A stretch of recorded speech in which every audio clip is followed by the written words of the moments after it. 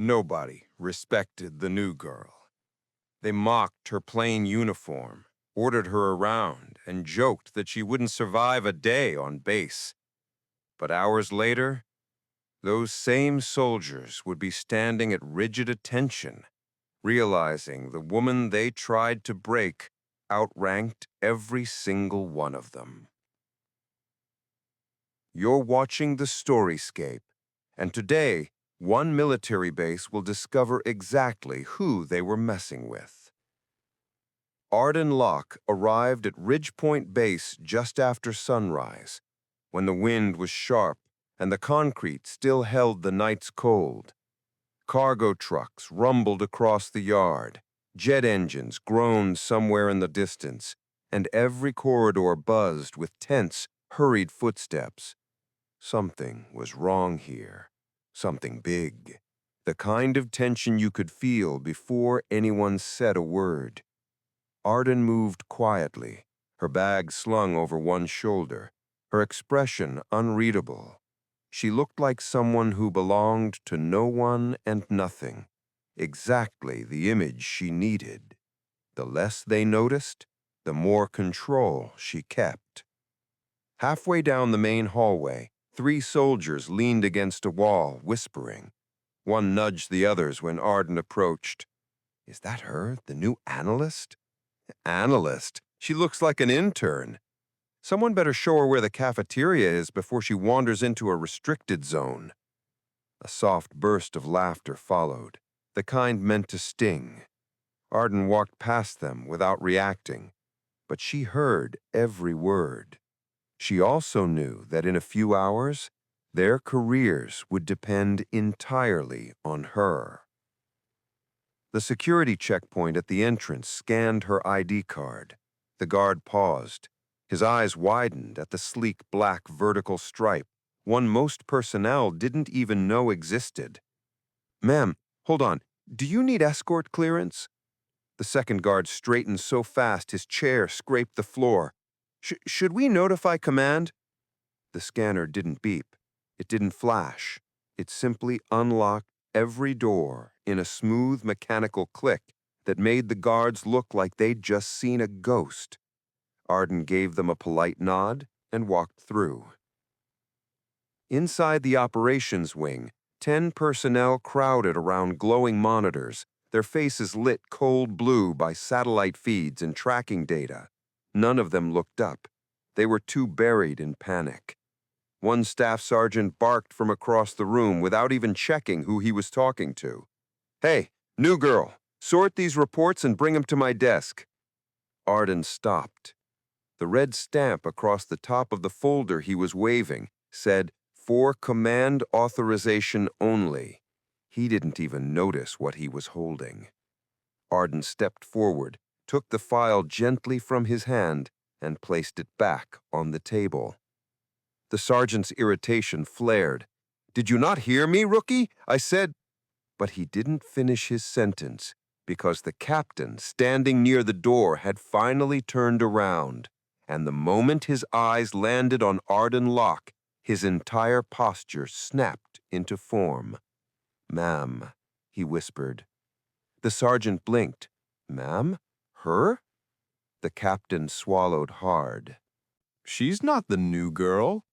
She's the one we're not supposed to talk about."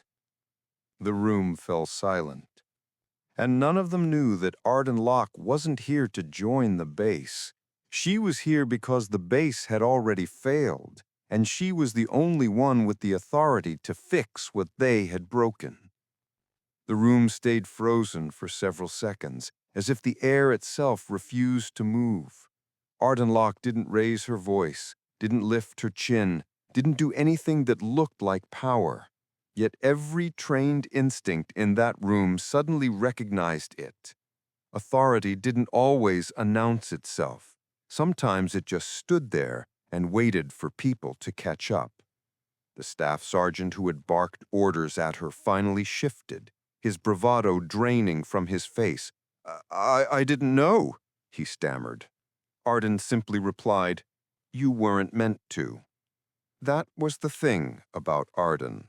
The base could mock her, underestimate her, ignore her, right until the moment they realized they'd been working under her authority the entire time. A lieutenant stepped closer, cautious. "Ma'am, we weren't informed of any incoming command-level evaluation. You weren't informed because this base wasn't supposed to need one." A few people exchanged uneasy looks. No one wanted to ask the obvious question. If she was here now, what had gone wrong? The operations wall lit up with a sudden alarm. Screens shifted to a live tactical feed. Frigates in formation. Drone views stuttering through interference. Red markers blooming across the coast like wounds. Someone cursed under their breath. "Ma'am," the lieutenant said, voice tight, "we've got a breach in the northern grid. Unknown electronic signature. It's knocking out half our recon." Arden walked toward the screens, her steps slow, deliberate.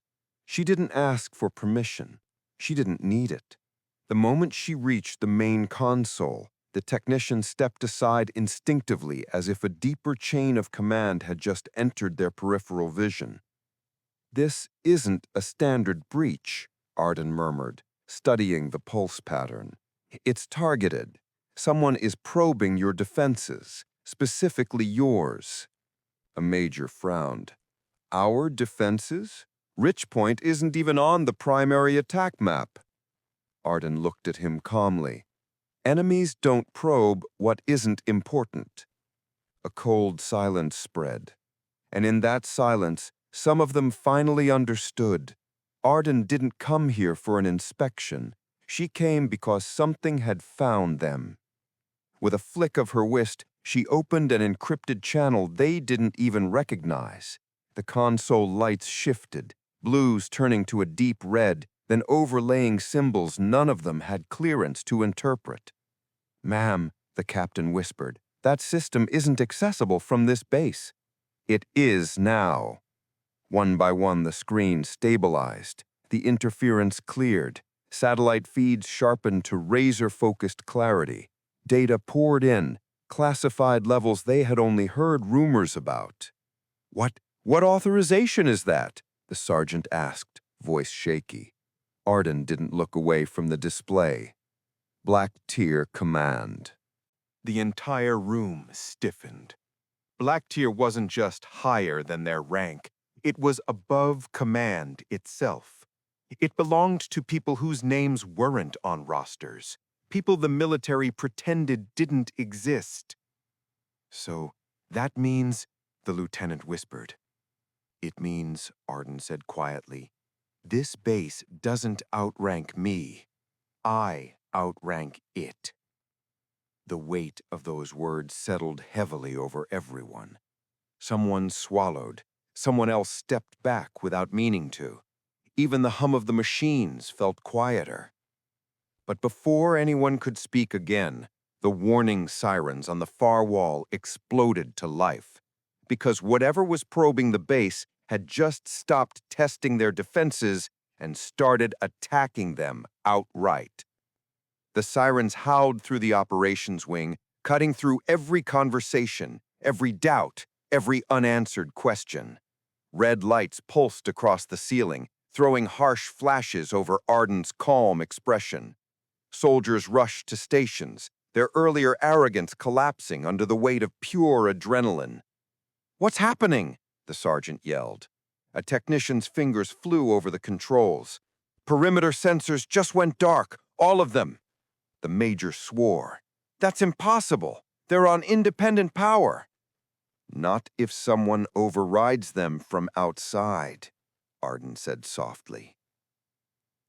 And the way she said it, steady, certain, made the room realize she didn't just suspect this threat existed. She'd been preparing for it long before the rest of them even knew it was coming. Satellite visuals flickered onto the main screen. The northern ridge, usually empty, glowed with signals, sharp, unnatural, synchronized, like someone was carving into the base's network from the hillside. The lieutenant stepped closer. "Ma'am, Is that a drone cluster? No, Arden replied. It's a spectral breach pattern.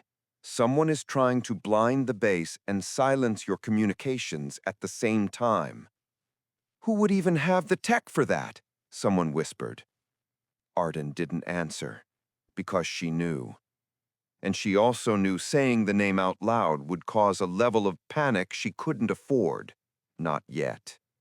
Instead, she said, we need to lock down Command Protocol 7. The Major blinked. 7? But that would put you in direct control of... Yes, exactly. There was something terrifying about how calmly she said it. The Major opened his mouth to object, then shut it again. Something in Arden's eyes made him rethink every assumption he'd made about her. He nodded once and began barking orders. Lockdown Protocol 7 is in effect. Clear the East Hall. Get the secondary grid online. The room exploded into motion. Arden stepped toward the encrypted console again. She rolled up her left sleeve slightly, not enough for anyone to read anything, just enough to reveal a thin black band on her wrist. It wasn't jewelry. It wasn't tactical. It was something else entirely. A technician noticed. Is that a quantum key? Arden tapped the device once against the console. The system recognized her instantly. The lights shifted. The interface changed.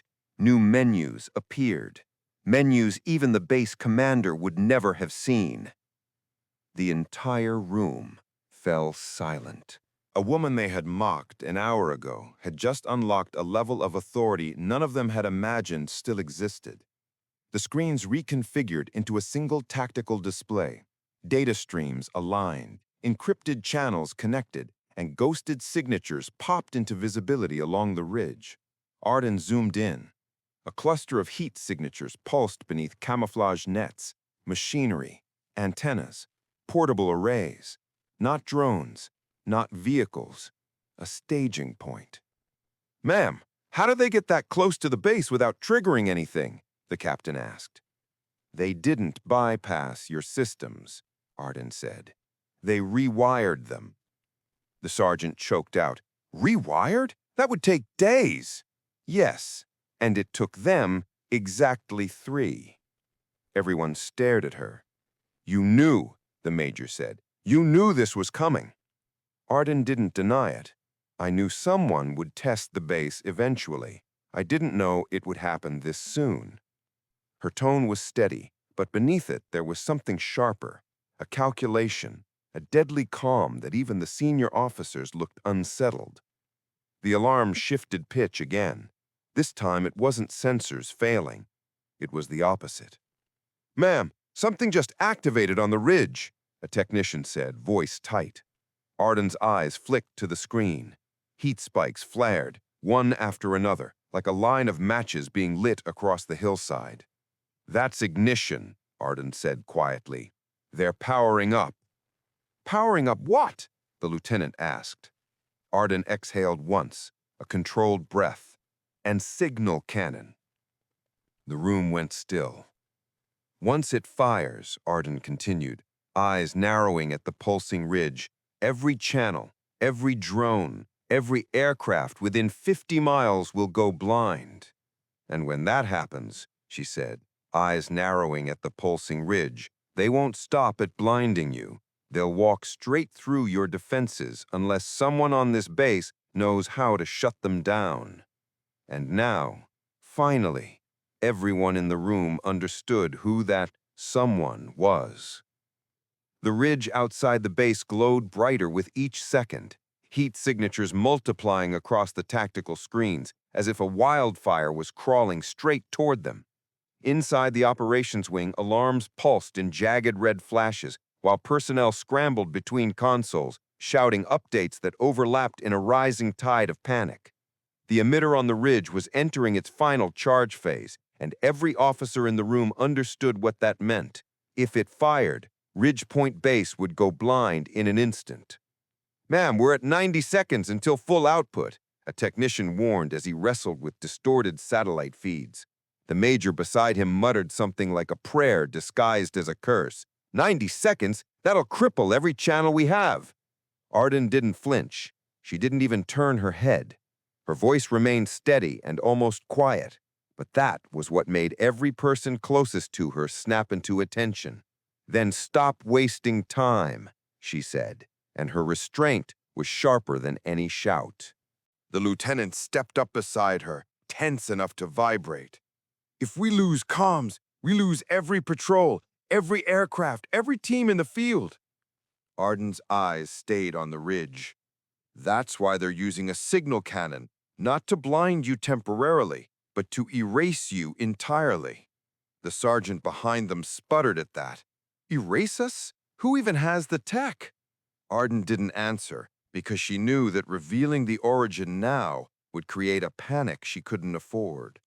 Instead, she lifted her wrist slightly. The thin black device there shimmered under the emergency lights. "Omega Locke," she said. In an instant, every workstation froze, every screen flickered to a deep-coded blue, and a low mechanical tone traveled through the floor like the building itself was acknowledging her authority. The major stared at her. "Omega Locke? That's only authorized for—" The captain interrupted him with a quiet, steady breath. "Her." Arden finally looked around the room, and there was no arrogance in her expression, only a sense of inevitability. "Ridgepoint is under my command now," she said. The technicians seemed torn between standing at attention or continuing their work. "Pull up the auxiliary tunnel schematics and map the thermal layout of every device they've hidden along that ridge." When one sergeant hesitated and reminded her the tunnels hadn't been used in years, Arden replied, "Which is exactly why they won't expect you to use them now." She turned to the major. "Send a tactical team. They need to reach the relay before peak charge. Once the relay collapses, the emitter dies." The major swallowed hard. "Ma'am, that's a 72-second window." Arden didn't blink. "Then they should move." The major relayed the orders immediately, and the operations wing vibrated as a tactical squad sprinted for the east tunnel. Arden focused on the monitors, watching the thermal overlays sharpen. The emitter was larger than expected, a monstrous cluster of machinery hidden beneath netting that blurred against the snow. "This device isn't meant to jam you. It's designed to overwrite your entire field and replace it with theirs." The lieutenant's face drained of color. "Why this base? Why today?" Arden answered plainly, "Because the other bases don't have me." A new feed appeared on the main screen, displaying the helmet cam of the tactical team emerging from the tunnel exit. Snow and darkness swallowed most of the image, but the ridge towered above them, pulsing with a blinding white core that grew brighter with every step they took. "Command, we have visual on the emitter. Moving toward the relay now," the team leader whispered. Arden instructed them to stay low, avoid the core's flash, and keep moving even through static interference. The technician monitoring the feed stiffened. "Ma'am, the signal spike is increasing. Something's changing in the heat pattern." The helmet cam flickered violently, shaking with sudden distortion. The team leader's voice cut in and out. "Command, we're relay, almost." The camera image washed in white, as if someone had detonated a flare directly into the lens. "Ma'am," the technician shouted, "the emitter, it's no longer charging." Arden leaned closer to the screen, and for the first time since arriving on base, her composure sharpened into visible urgency. Because the emitter wasn't charging at all anymore. It was aiming. And the tactical team had just stepped directly into its line of fire. The tactical feed dissolved into heavy static, but the emitter's core still bled through as a concentrated sphere of white heat. It no longer pulsed like a device-building charge. Its rhythm had changed into something narrower and more deliberate, the unmistakable behavior of a weapon finding its mark. Arden recognized the shift instantly. The ridge wasn't preparing to blind the base anymore. It was preparing to fire on the team she had just sent out. "Ma'am, their vitals are spiking," the lieutenant reported, fingers trembling over the biometrics panel. "Temperature rising, heart rates unstable. They're in direct line of heat exposure." Arden didn't look away from the distorted feed. "They're not overheating. They're being targeted." The major beside her stiffened. "Then pull them back before that thing fires." Arden shook her head. "If they retreat downhill, the emitter will lock on faster. The targeting arc favors movement." Soldiers around them exchanged anxious glances. Even the ones who had mocked her earlier now watched her every action like their survival depended on it. Arden forced a direct uplink override, bypassing the base's normal restrictions and linking herself to the team leader's suit. The technician at her side hesitated. "Ma'am, that interface wasn't designed to stay open under hostile interference. If the emitter sweeps—" Arden cut her off. "It's not sweeping, it's narrowing."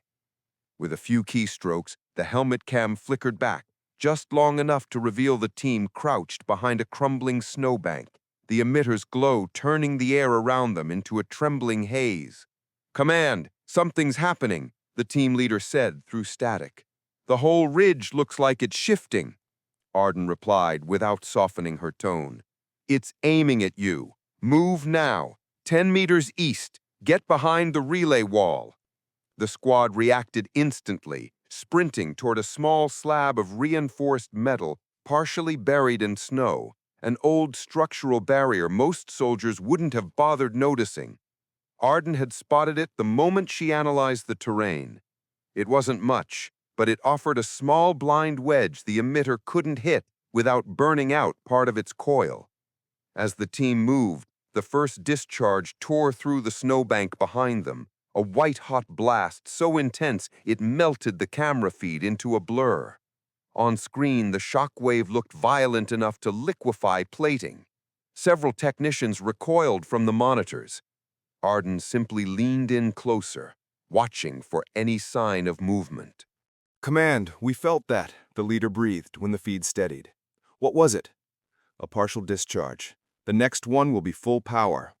The major clenched his jaw. How do they shut it down in time? They don't shut it down. They break it. One charge on the relay junction. It's the emitter's weakest point. "They'll be exposed when they move," the lieutenant warned. "If they stay where they are, the next shot hits them directly." The team wasn't deciding whether to risk their lives. They were deciding how many seconds they had left to keep them. Arden reconnected to the squad. "Prep charge Alpha. You need to hit the relay in under 40 seconds. The camera caught the operator pulling a compact explosive from his vest, snow collecting on the casing as he signaled the others. The relay was close enough that a fast sprint would reach it, but also close enough that the emitter's targeting algorithm would adjust in seconds. Outside, the ridge brightened again. The core's light shifted from a hazy white to a razor-edged glow that even the static vibrated. The technician monitoring the feed leaned forward, dread creeping into his voice. "Ma'am, the pulse rate isn't matching charge curves anymore." Arden didn't answer. She was already zooming in on the thermal pattern around the emitter. Something at its base was moving, faint, humanoid, pacing with purpose rather than reacting to the chaos. The lieutenant squinted at the secondary feed. "Is that another operator?" "No," Arden said slowly. "Not ours." The figure stopped beside the emitter, raised an arm, and adjusted something on the device's housing. The thermal overlay spiked instantly. The core brightened into a dangerously thin line. That wasn't a machine cycling up on its own. It was being directed. And as Arden watched the silhouette leaning over the controls, she understood the truth none of them were prepared for. They weren't facing an automated weapon. They were facing a trained specialist. Someone with clearance. Someone who knew exactly how to kill a tactical team in one perfect shot. The operations wing fell into a tense, brittle silence as the silhouette on the ridge adjusted the emitter's controls with practiced precision. It wasn't the panicked behavior of a saboteur. It was the calm, deliberate motion of someone who knew exactly how the machine worked. Arden watched the thermal overlay sharpen around the figure and immediately understood what the others didn't. That isn't a rogue operator, she said quietly. That's trained military. The lieutenant stiffened. Trained? Here? Not here, but trained like us, which means this attack isn't random. On the tactical feed, the emitter's core shifted into a narrow beam, its pulse pattern tightening into a targeting arc that followed the demolitions operator's movements with unnatural efficiency. The major leaned in, horrified. It's tracking the charge carrier. How is that possible? Arden didn't look away from the screen. Manual override. Someone up there knows the system inside out. The tactical team crawled behind the relay wall, but they couldn't stay there long. Command, charge is ready, the team leader said. Arden's response was immediate. No timer, manual detonation only. You won't have time for anything else. The operator set the charge and moved back, just as a beam of white heat cut across the snowbank where they'd been seconds before. The blast distorted the feed and sent a ripple of shock through the operations room. Ma'am, it's charging again, a technician warned. Arden assessed the relay's structural reading and calculated the window. If the team stayed in place, they would be vaporized when the emitter fired again. Trigger the charge, now! Static flared for a heartbeat, and then the ridge erupted. The relay junction blew apart in a burst of metal and snow, collapsing the emitter's structure. Its core flickered violently, then went dark as the coils overheated and failed. The silhouette near the device staggered backward, swallowed by smoke. One by one, alarms across the operations wing shut themselves off as systems rebooted and communication feeds stabilized. For the first time since the breach began, the base fell into something close to relief. Command, emitter neutralized, the team leader finally reported. We're intact. The room exhaled at once. Officers who had ignored Arden that morning now stood still, fully aware that the only reason the ridge hadn't been wiped clean of their people was because the woman they underestimated had taken command before anyone asked her to. The major approached her slowly. Ma'am, whatever was on that ridge, what were they? Arden's eyes remained on the fading heat signature. A specialist, one with clearance, someone who knew how to turn our own tactics against us. The lieutenant swallowed. Why target this base? Arden gave a faint, exhausted breath. Because they didn't expect anyone here to recognize what they were using. He glanced around the room, suddenly understanding. They underestimated us. Arden shook her head. No, they underestimated me. And as the ridge settled back into silence, everyone finally understood the truth. The new girl they tried to take down that morning had just saved the entire base because she outranked the threat long before anyone realized it existed.